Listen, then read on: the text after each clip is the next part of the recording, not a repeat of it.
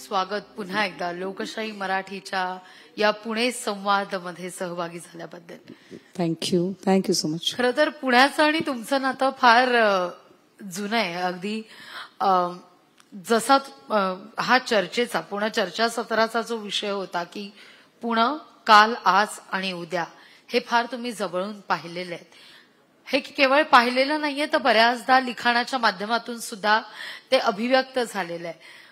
काय वाटतं आज पुण्याकडे पाहताना? मी माझं ग्रॅज्युएशन आणि पोस्ट ग्रॅज्युएशन संपलं त्यानंतर माझा UPSCचा अभ्यास करण्यासाठी म्हणून मी पुण्यात आले होते आणि त्यावेळेला पुणे विद्यापीठामध्ये मी जेकर लायब्ररीला अभ्यासाला बसायची. फार प्लीझंट ॲटमॉस्फिअर, अतिशय सुंदर सगळा कॅम्पस आणि त्या कॅम्पसमुळे अभ्यासामध्ये एक प्रचंड अशी उत्साह जाणवायचा. तेव्हा बघितलेलं पुणे आता खूप सारे बदल झालेले आहेत. आधी सुरुवातीच्या काळाला पुणे विद्यापीठाच्या समोर ब्रिज नव्हता, मग नंतर तो ब्रिज आला, मग नंतर तो ब्रिज काढला गेला. मला कळलं नाही की आधी ब्रिज नव्हता मग ब्रिज आला आणि मग पुन्हा ब्रिज काढला, तर तो जर काढायचाच होता तर का लावला गेला. आणि विशेष म्हणजे तो साधारण एका रात्रीतनं ब्रिज काढला. कोविडचा काळ होता आणि एका रात्रीतनं काढला आणि आता त्याच्यामुळे जी ट्रॅफिक कोंडी होते आणि ज्या पद्धतीने सगळे रस्ते केले, तर पुण्याचा हा एक फार महत्वाचं की पुण्यातली ट्रॅफिक कोंडी कधी आम्हा सगळ्यांना त्याच्यातनं मुक्तता मिळणार आहे असं आम्हाला सारखं वाटत राहतं. विशेषतः पुणे विद्यापीठाचा परिसर असेल, नवले बीचचा परिसर असेल, तिकडे पुणे स्टेशन अलंकार टॉकीजच्या जवळचा परिसर असेल किंवा बंड गार्डनच्या तिथे ज्या पद्धतीचे वनवे केलेले आहेत, इकडे किवळे रावेतकडे काही वनवे केलेले आहेत, तुम्हाला ते येताना जाणवले असतील. तर हा वाहतूक कोंडीचा प्रश्न आम्हाला सतत जाणवत राहतो. मी जेव्हा इकडे अभ्यासाला ऍज अ स्टुडंट म्हणून आले होते तेव्हाचं पुणे आम्ही मुक्तपणे वावरायचो, जसं रोहित दादा म्हणाले तसं. 4-5 मैत्रिणी अभ्यास केला, निघालो, खाऊ गल्लीमध्ये खावंसं वाटलं, बाहेर अगदी निवांत भटकत निघालो, पावसात भिजत निघालो आणि अंगावर कपडे वाळतायत, अंगावरच कपडे भिजतायत, पुन्हा पाऊस पडतो, पुन्हा पाऊस उघडतो. अशा सगळ्या वातावरणात भीती वाटत नव्हती. हे फार महत्वाचं की भीती वाटत नव्हती. आता मात्र तितकी सुरक्षितता आहे का पुण्यामध्ये हा प्रश्न वारंवार निर्माण होतो. खैर आता मी काही पायी फिरत नाही, आता माझ्यासोबत माणसंही असतात, परंतु मी असा विचार करते की माझ्यासारखे स्टुडंट म्हणून येणारे खूप लोक आहेत, त्यांना कसं वाटत असेल.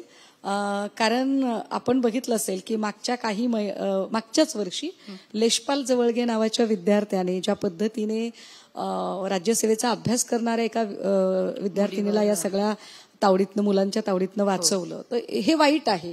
भर वस्तीमध्ये असं पुणे कधीही नव्हतं जे पुणे आत्ता दिसत आहे. लॉ अँड ऑर्डरच्या संबंधाने किंवा येरोडा परिसरामध्ये की जिथे कॉमर्स झोन आहे, एक रस्ता जेलकडे जातोय, एक रस्ता रिमांड होमकडे जातोय, एक रस्ता मेंटलकडे जातोय, अत्यंत महत्वाचं ठिकाण आहे.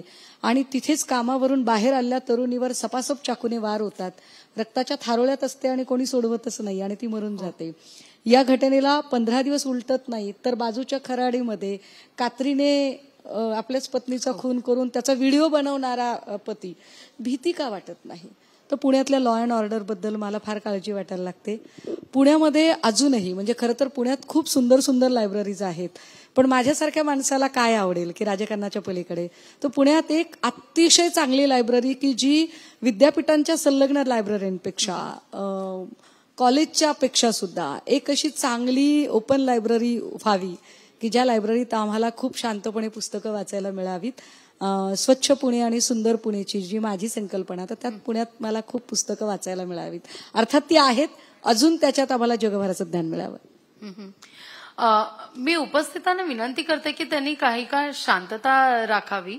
आपण मुलाखत घेत आहोत या ठिकाणी. सुषमाताई, तुम्ही वेगवेगळी कारणं सांगितलीत या सगळ्याला.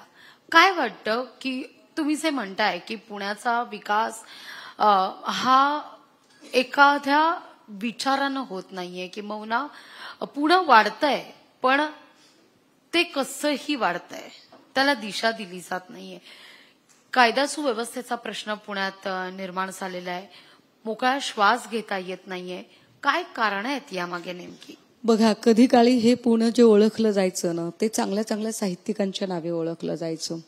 मग अगदी फडकेंपासून तर खूप चांगली चांगली माणसं या पुण्याने दिलेली आहेत. इथे खूप लेखक घडले, इथे खूप कलाकार घडले, इथे रंगभूमीचे खूप अभिनेते घडले, इथे खूप चित्रकार घडले. आमच्याकडे कधी तुमच्या मुंबईत नाही असा सुंदर कलाकार कट्टा आहे, जो आम्हाला सगळ्यांना खूप आवडतो. तर पुणे तसं खूप सुंदर आहे. पण कधी काळी पुणे जे संस्कृतीचं माहेरघर, लेखक, साहित्यिक, अभिनेते, व्यंगचित्रकार, चित्रकार अशा सगळ्यांच्या नावाने ओळखलं जाणारं पुणे, आता ज्या वेळेला पुण्याची ओळख सांगताना कोयता गँग, ड्रग्ज प्रकरण, वाहतुकीची कोंडी, लॉ अँड ऑर्डरचे प्रश्न अशा नावांनी ओळखलं जातं, तेव्हा निश्चितच माझ्यासारख्या पुण्यावर प्रेम करणाऱ्या माणसाला वाईट वाटत राहतं की अरे पुणे आपलं असं नाहीये. म्हणजे आमच्यासाठी स्वप्न असायचं हो पुण्यामध्ये शिकायला येणं. म्हणजे आत्ता जेव्हा मी पुण्यात राहते आणि माझी मुलगी पुण्यात शिकते आणि मला कोणीतरी जेव्हा सांगतं की अरे तू दुसरं का बरं शाळा एखादी सजेस्ट करत, म्हणजे ते जेव्हा सजेस्ट करतात की तू दुसऱ्या शाळेचा का विचार करत नाही, तेव्हा वाईट वाटतं की अरे पुण्यात शिक्षण घेण्यासाठी अख्ख्या राज्यात आणि राज्याच्या बाहेरनं लोक जिथे यायची, आता पुण्याच्या ऐवजी दुसरीकडे मूल शाळेत पाठवावं असं का वाटतं?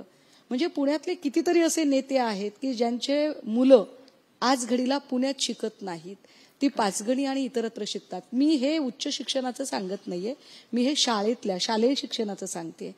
तर ही परिस्थिती गंभीर आहे. मला वाटतं की याच्यावर राज्यकर्त्यांनी सिरियसली विचार केला पाहिजे. विशेषतः लोकशाही चॅनलच्या माध्यमातून अत्यंत गांभीर्यानं आणि जबाबदारीनं हे नोंदवलं पाहिजे की पुण्यातल्या जी पोलीस यंत्रणा आहे, कारण पालकमंत्री तर वारंवार सांगतात, सुदैवाने पालकमंत्री हे राज्याचे उपमुख्यमंत्री आहेत. त्यामुळे राज्याच्या उपमुख्यमंत्र्यांनी हे अनेकदा सांगितलेलं आहे की आम्ही तुम्हाला फ्री हँड देतोय, पण या सगळ्या लोकांचा बंदोबस्त करा. पण तो होत नाही. हे फार म्हणजे वाईट आहे ना की ससून हॉस्पिटलच्या तिथूनच ड्रग्ज पेडलर आणि स्लीपर सेल सुरू व्हावा हे चिंताजनक आहे. आणि त्या ड्रग्जवरती अजूनही कसलाही पायबंद लागत नाही, त्याच्यावरची ऍक्शन घेतली जात नाही. आता म्हणजे कोयता गँग इतकी दिवस रस्त्यांवर धुडगूस घालत होती तिथपर्यंत ठीक आहे. काल परवाचे फुटेज आहेत की ते अक्षरशः सोसायटीमध्ये घुसले. अरे जर इथपर्यंत जर सुरक्षिततेला नख लावलं जात असेल तर हे वाईट आहे, हे गंभीर आहे. इथले आमचे पोलीस आयुक्त असणारे अमितेशजी, खरं तर ते आज या चर्चेत होणार होते. ते इथे असते तर मला त्यांना खाजगीत सुद्धा हे बोलायला आवडलं असतं, पण दुर्दैवाने मला ते चॅनलवर बोलावं लागते. पण अडचण कुठे आहे ते आम्हाला कळत नाही अजून पण, की का भूमिका का घेतल्या जात नाहीत, अजूनही या सगळ्या संदर्भाने ठामपणे मांडणी का केली जात नाही. मी ज्या भागात आहे किंवा विशेषतः आपल्या सगळ्यांच्या चर्चेत फक्त पुण्याचं कोरेगाव पार्क आहे की कोरेगाव पार्क आणि बंड गार्डन या एरियामध्ये खूप सारे पब बार आहेत. पण आज घडीला जर सगळ्यात जास्त जर पब बारची संख्या कुठे असेल तर ती वाढते विमाननगर परिसरामध्ये. विमाननगर हायफाय एरिया आहे. विमाननगरमध्ये आत्ता तुम्ही दिवसा जा आणि तुम्ही त्या रस्त्यांनी गेलात ना तर तुम्हाला एकदम असं हाँगकाँगला गेल्याचा फील येईल. वेशभूषा, वावरणं, आणि मला स्वतःला आश्चर्य वाटतं की अरे माझं पुणे असं नव्हतं. माझं पुणे म्हणजे एकदम सोज्वळ, सुसंस्कृत, अतिशय सुंदर पुणे. आणि ह्या पुण्यात ही काय म्हणजे हे असं हिरवाड पीक कुठलं आलंय? हे हिरवाड पीक आमच्या पुण्यातलं नाहीये. असं कसं काय झालं इथलं? बरं, याच्यावर आम्ही काही करत नाही आहोत का? तर निश्चित करतो. म्हणजे मी स्वतः पुणे पोलिसांना किती वेळा ह्या गोष्टी सांगितलेल्या आहेत की विमाननगरच्या परिसरातले जे पब बार आहेत तिकडे आपण लक्ष द्यावं. अक्षरशः सायंकाळच्या 4 नंतर तर लिटरली एखाद्या फॅक्टरीतनं धूर बाहेर पडावा इतकी अशी धुराडी रस्त्याने दिसते. इतकं वाईट वातावरण जर होत असेल आणि पोलीस त्याच्याकडे लक्ष देत नसतील तर हे गंभीर आहे. हे मला नाईलाजाने, म्हणजे माझं शहरावर माझं प्रचंड प्रेम आहे आणि कुणालाही आपल्या शहराबद्दल वाईट बोलायला आवडत नाही, पण माझं शहर चांगलं व्हावं आणि माझं शहर चांगलं होत नसेल तर किमान लोकशाही चॅनलच्या माध्यमातून तरी माननीय मुख्यमंत्री आणि माननीय गृहमंत्री सुदैवाने एकच आहेत, त्यांच्यापर्यंत हे पोचावं की कृपया, जसं आत्ता मुरलीधर अण्णांनी सांगितलं, he is very decent person. ते भाजपमध्ये जरी असले तरी व्हेरी डिसेंट पर्सन. आम्ही त्यांना, मी मगाशी बसल्यावरही म्हटलं की आम्ही तुम्हाला पक्षाच्या पलीकडे जाऊन बघतो, कारण ते फार डिसेन्सीने सगळ्यांशी वागतात.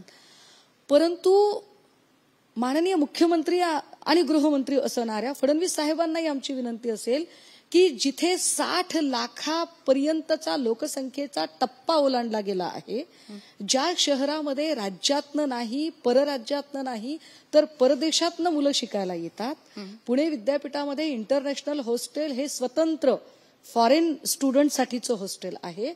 असा लौकिक असणारं पुणे, त्या पुण्यामध्ये जर विमाननगरचा परिसर जर असा डागाळला जात असेल, विशेषतः कुठल्याही व्हीव्हीआयपी गाडीची एंट्री ही त्याच रोडवरून होते, कारण एअरपोर्ट त्या भागामध्ये आहे.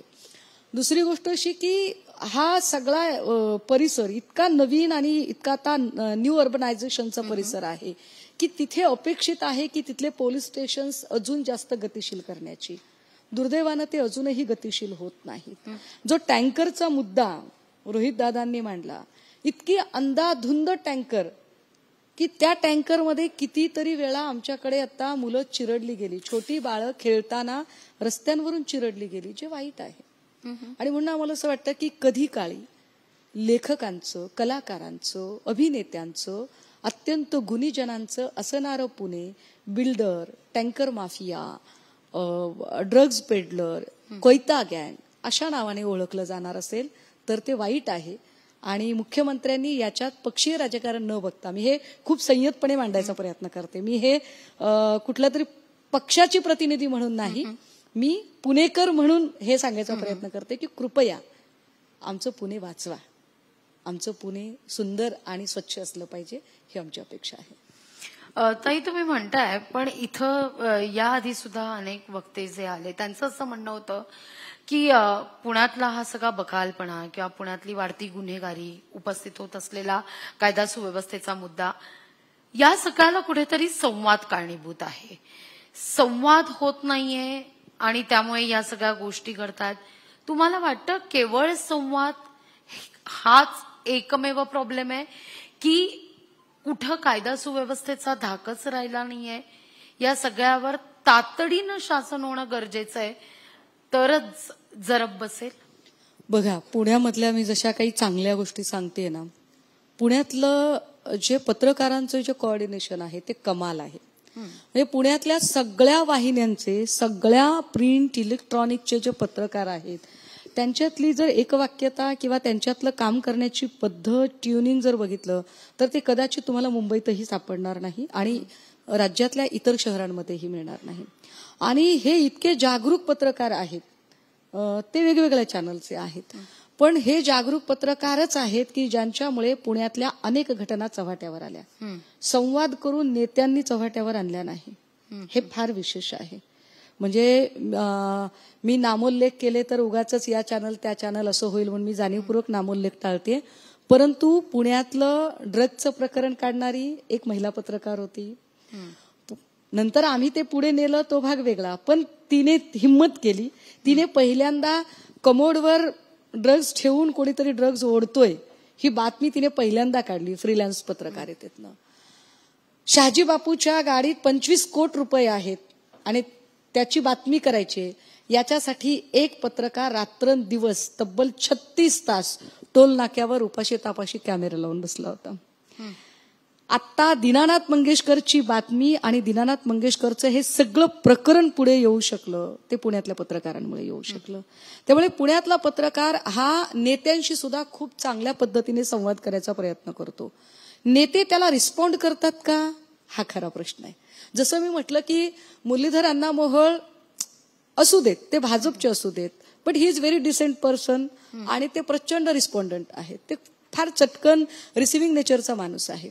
पण हे सगळ्यांच्या बाबतीत होतं का? पुण्यातल्या महिलांच्या बद्दलचे जे पीडितांचे अन्याय अत्याचाराची प्रकरणं आहेत, ही इतकी भयंकर भयंकर प्रकरणं आहेत, पण पुण्यात ते होतच नाही. पुण्यात काय म्हणजे मला कळत नाही की हा प्रॉब्लेम का आहे. की पुण्यातल्या या सगळ्या प्रॉब्लेमवर इथे महिला नेता नाहीयेत का? तर आहेत की, आणि चांगल्या चांगल्या पदांवर सुद्धा आहेत. परंतु तो डायलॉग होत नाही, त्यांचे प्रश्न सुटत नाहीत, आणि मग त्यांना पोलीस स्टेशन, कोर्ट या सगळ्या गोष्टी कराव्या लागतात. खरं तर त्याच्या आधीचं जे काही समुपदेशन आहे, कन्सल्टेशन आहे, काउन्सिलिंग आहे, या सगळ्या टप्प्यांवर त्यांना मदत मिळू शकते, ती होत नाही. मला वारंवार असं वाटतं की पुण्यातल्या सगळे जे कॉलेजेस आहेत त्या कॉलेजेसच्या बाजूला चौक्या असल्या पाहिजेत पोलिसांच्या, किंबहुना प्रत्येक कॉलेजेसच्या ऍटलिस्ट 300 मीटर, मी 500 सुद्धा म्हणत नाही, पण 300 मीटर परिसरांमध्ये कुठेही फार मोठमोठे ध्वनी प्रदूषक असता कामा नये किंवा पानटपऱ्या असता कामा नये. शाळा कॉलेजेस सुटायच्या वेळेमध्ये तिकडे पोलिसांची गस्त थोडी असेल तर अजून चांगलं होईल. छोटे छोटे उपाय आहेत, आणि हे छोटे उपाय करायला काहीच हरकत नाही. माननीय पोलीस आयुक्तांनी तशी बैठक बोलवावी, आम्ही नाही गेलो तर बोलावं, पण तशी बैठकही होत नाही. आणि पालकमंत्र्यांनी तरी तशी बैठक आयोजित करावी की ज्याच्यात पालकमंत्री असतील, आयुक्त असतील, महिला असतील आणि सामाजिक संघटनाही असतील. मला वाटतं याच्यात तोडगा निघू शकतो. सर्वपक्षीय बैठक या सगळ्या असली मुद्द्यावर पाहिजे. बिकॉज काय आहे ना, पक्षीय राजकारण चालत राहिलो, आज आम्ही सत्तेत असू, उद्या तुम्ही सत्तेत असाल, हे चालत राहील, त्यात काही मोठी गोष्ट नाही. पण हे सगळं जे चाललंय, कधी तुम्ही कधी आम्ही, हे ज्यांच्यासाठी चाललंय, अल्टिमेटली गोल काय आहे तर पब्लिक इंटरेस्ट आहे. मग ज्या पब्लिक इंटरेस्टसाठी हे चाललंय तो पब्लिक इंटरेस्ट साध्य होतोय का, हे सगळ्यात महत्वाचं. आणि तिथे कमतरता राहते. इथले स्वच्छता कर्मचारी आहेत, त्यांचे खूप सारे प्रॉब्लेम आहेत.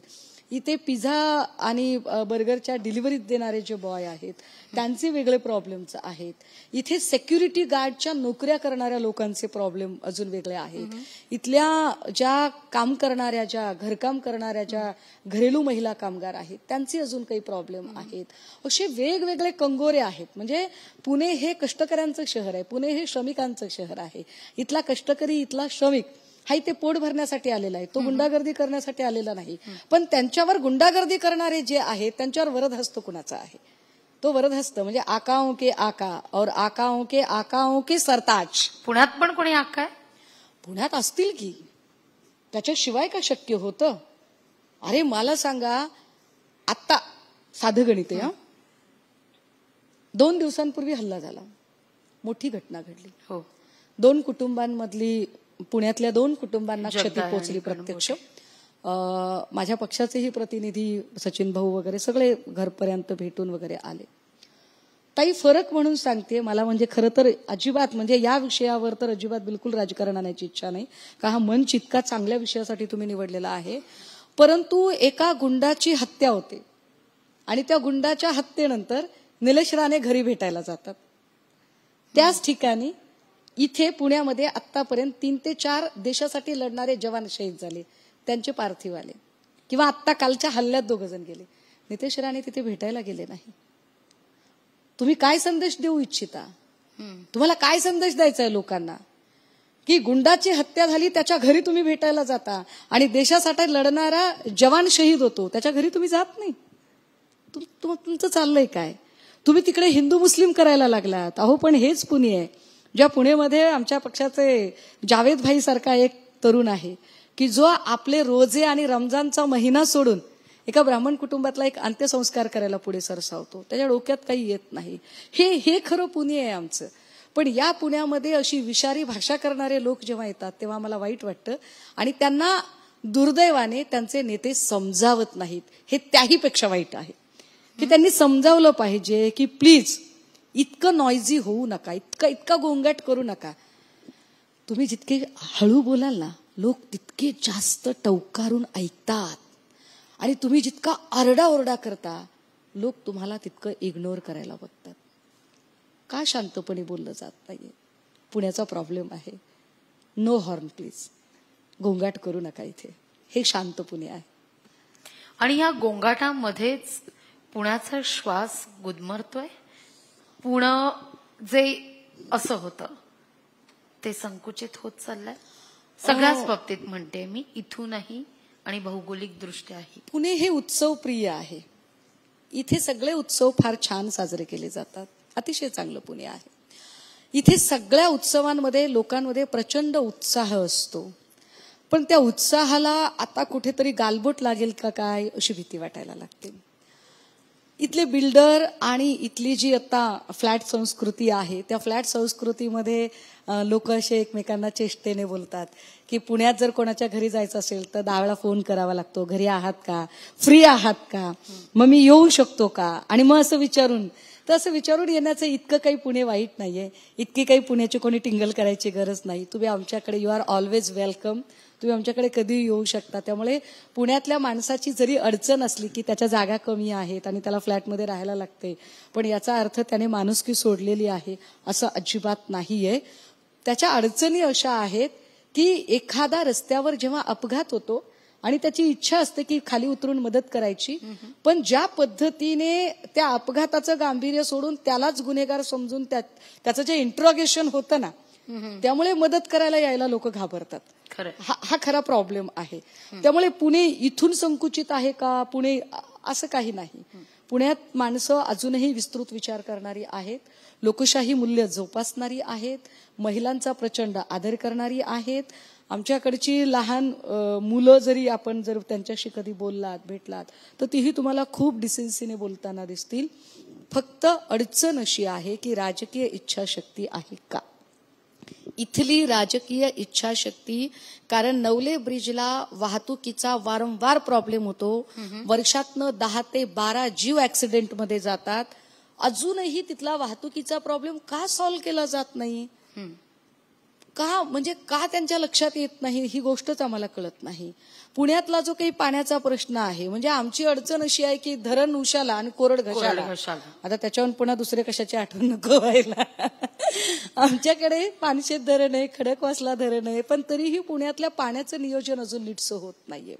ते नियोजन नीट झालं पाहिजे आणि पाणी मिळालं पाहिजे. टँकर मुक्त पुणे होणं ही पण आमची गरज आहे. ते तर त्याच्यावर जो सारासार विचार आहे तो पालकमंत्र्यांनी करायचा आहे.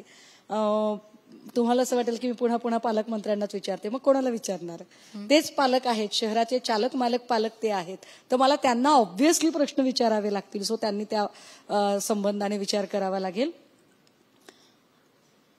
पुण्यात जेव्हा वारंवार लाईट जाते ना, तेव्हा लोक म्हणतात पुण्यातही लाईट जाते का, तर हो, पुण्यासारख्या आता मेट्रोपॉलिटन कॉस्मोपॉलिटन शहरामध्ये सुद्धा विजेचा हा प्रॉब्लेम होतो. अगदी. पण ह्या सगळ्या, हे छोटे मोठे प्रॉब्लेम आम्हाला याच्यात काही डिस्कस करायचे नाही, परंतु पुण्यातला ड्रग्ज सारखा जो विषय आहे, पबबारचा जो विषय आहे, तो विषय मात्र निश्चित पुण्याचं सामाजिक आरोग्य धोक्यात आणणारा आहे. आणि हे सामाजिक आरोग्य जर धोक्यात येऊ द्यायचं नसेल तर पुणे कारागृह, इथले प्रशासकीय अधिकारी, अगदी पुणे पोलीस हेडक्वार्टर, इथले अधिकारी, पुण्याच्या वेगवेगळ्या पोलीस स्टेशन मधले अधिकारी, या सगळ्यांच्या सोबत एकदा यांचा रिव्ह्यू घेण्याची गरज आहे. तो रिव्ह्यू गृहमंत्री, पालकमंत्री यांनी घेतला पाहिजे. पुणेकर म्हणून कुठलंही पक्षीय राजकारण न आणता आपण आम्हाला कधीही सांगावं, कुठल्याही इथल्या पालकमंत्री कोणी सांगावं, आम्ही पुणेकर म्हणून आपल्याला अत्यंत सकारात्मक प्रतिसाद द्यायला तयार आहोत. कारण आम्हाला आमच्या शहरात राजकारण नाही तर आमचं शहर हे राज्यातलं सर्वांग सुंदर शहर झालं पाहिजे असा ध्यास मानणारे आम्ही पुणेकर आहोत आणि त्याचा आम्हाला अभिमान आहे. अगदी ताई, खूप खूप धन्यवाद. आज इथं आलात आणि पुण्याविषयी इतक्या आत्मीयतेने बोललात आणि विशेष म्हणजे पक्षीय राजकारण बाजूला सारून पुण्याच्या मुद्द्यावर सगळ्यांनी एकत्र यायला हवं याकरता तुम्ही आवाहन सुद्धा केलं, त्याबद्दल तुमचे मनापासून आभार. खूप खूप धन्यवाद.